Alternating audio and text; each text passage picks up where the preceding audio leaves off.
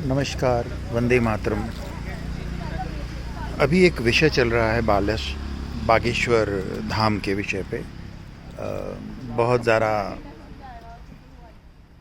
संवेदनशील होता जा रहा है और बहुत ही सकारात्मक है। मैं इस विषय पे नहीं जाऊंगा कि वो क्या कह रहे हैं, क्या कर रहे हैं और उनका जो सिस्टम है उस विषय पे नहीं कहूँगा। सबका है, क्योंकि हमारे अगर सिस्टम पे कहे जाएं तो पिछले 700 सालों में ऐसे इतने अंधविश्वास हुए हैं, इतने ज़्यादा पाखंड भारत में हुए हैं, लोगों का धर्म परिवर्तन कराया गया है और दुनिया भर के आडंबर, झूठ सब दिखाकर हमारी संस्कृति को नष्ट करने का प्रयास किया गया है। लोगों को धर्म से भ्रष्ट भी किया गया है और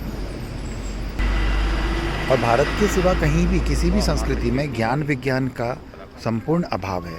वर्तमान में सैकड़ों वर्ष गुजरने के पश्चात भी भारत में वो ज्ञान और विज्ञान पूर्ण रूप से प्रकट में नहीं है, हमारे शास्त्रों में सीमित रह गया है और उसे विश्लेषित करने वाले भी लोग थोड़े कम हैं। जो भी हैं वो पाखंड को ज़्यादा महत्ता देते हैं। परंतु बागेश्वर धीरेन्द्र शास्त्री जो भी हैं, उनके नाम भूल गया हूँ, मुझे माफ़ करना। उन्होंने जो भी कार्य किया है उस कार्य का मैंने मूल एक देखा है कि लोगों की धर्म को जागृत करना, उनको घर वापसी करना है। और उन्होंने कई लोगों को सनातन की ओर विमुख हो चुके लोगों को फिर से सनातन की ओर लाने का प्रयास किया है। और वो प्रयास चाहे कैसा भी हो, चाहे जो भी हो, क्या होता है, हम जिस प्रक्रिया से अपने रास्ते से भटके हैं, हमें वापस लाने के लिए उसी मार्ग से हमें वापस आना पड़ता है। तो ये प्रक्रियाओं को मैं महत्ता नहीं देता, मैं इस बात को महत्ता देता हूँ कि सही रास्ते पे आ रहे हैं। और जब कोई भी व्यक्ति सनातन की तरफ विमुख हुआ व्यक्ति सनातन की ओर उन्मुख होगा, वो डेफिनेटली अपने शास्त्रों पे, अपने ज्ञान पे, विज्ञान की ओर जागृत भी होगा, प्रयास तो करेगा और उसे कुछ समझ में आएगा और सही दिशा ज़रूर मिलेगी। अब एक काम और है कि हमें सभी भारत के जितने भी आध्यात्मिक धर्मगुरु जो हैं, उन्हें अपना अहंकार छोड़ना पड़ेगा। उनको अपने मठाधीश होने का जो अभिमान है उससे बाहर निकलना पड़ेगा।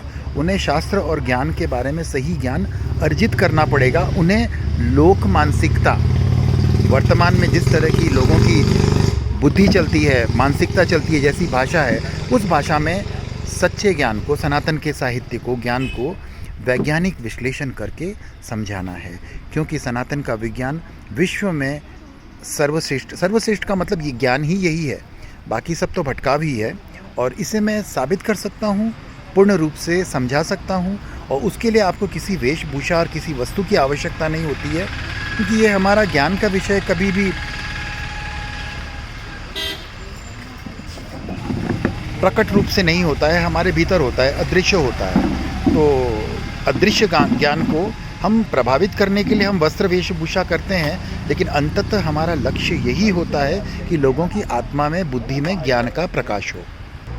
वेशभूषा, वस्त्र, आभूषण, रुद्राक्ष, ये सब हमें लोगों को आकर्षित करने का एक विज्ञापन है। परंतु इसे मैं सही विज्ञापन कहता हूँ, क्योंकि ये भी एक सांकेतिक विज्ञापन है। परंतु असली लक्ष्य आत्मा में धर्म धारण करना ही है, उसके सिवा कुछ भी नहीं है। भगवान रुद्राक्ष और त्रिकुंड एक सांकेतिक ज्ञान है। भगवा का अर्थ आत्मा, शुक्ल ध्यान मतलब धर्म की ओर, पॉजिटिव थॉट प्रोसेस में रहे। रुद्राक्ष का अर्थ मस्तिष्क का रुद्राभिषेक, मस्तिष्क और रुद्राक्ष सेम होता है, उसका रुद्राभिषेक हो। लाइक आपकी इंद्रिया, आपकी ऊर्जा आज्ञा चक्र से ही संचालित हो, नीचे के चक्रों से ना हो। प्लस तीसरा है त्रिकुंड का अर्थ होता है शरीर नाशवान है, शरीर के मोह में ना फंसें, आत्मा शाश्वत है, परमात्मा की ओर उन्मुक्त होने के लिए हमें शरीर मिला है, शरीर के भोग के लिए नहीं। बागेश्वर बालाजी ने लोगों को ये रास्ता दिखाया है कि आप इस तरफ आओ। जब इस रास्ते पे चलेंगे तो प्रत्येक जीव अपने अपनी बौद्धिक स्तर के अनुसार अपनी आत्मा का विकास करेगा और अंततः श्रेष्ठ पद में जाएगा। विदेश के भी वैज्ञानिक, जितने भी बड़े बड़े शास्त्री, फिलोसोफर हुए हैं, उन्होंने भारत के ही साहित्य का अवलोकन किया है, इसी को डिकोड करके वे आगे बढ़े हैं। ये प्रमाण आपको शास्त्रों में मिल जाएगा। हमारे शास्त्रों में तो नहीं, हमारे इतिहास में मिलेगा। बड़े बड़े आइंस्टाइन, न्यूटन वगैरह जो कुछ भी हुए हैं, उनका भी विकास इसी दृष्टि में हुआ। भले ही वो भारत की ओर नहीं आए हो, लेकिन उनका विकास उसी स्तर पे हुआ है। कुल मिला के मैं ये कहूँगा कि उन्होंने जिस दिशा में लोगों को भेजने का प्रयास किया है, और जहाँ ये जाएंगे वहाँ के लिए भी बहुत ही उत्तम कोटि के साधु होने चाहिए। साधु का अर्थ मैं वेशभूषा से नहीं कहूँगा, मैं किसी मठाधीश की बात नहीं करूँगा। साधु का अर्थ होता है परम ज्ञानी, जो किसी भी वस्तु विज्ञान को शुद्ध रूप से जैसा है वैसा लोगों के अंदर प्रकाशित करे। इसे मैं शिक्षा भी कह सकता हूँ। जय भारत, जय हिंद, जय।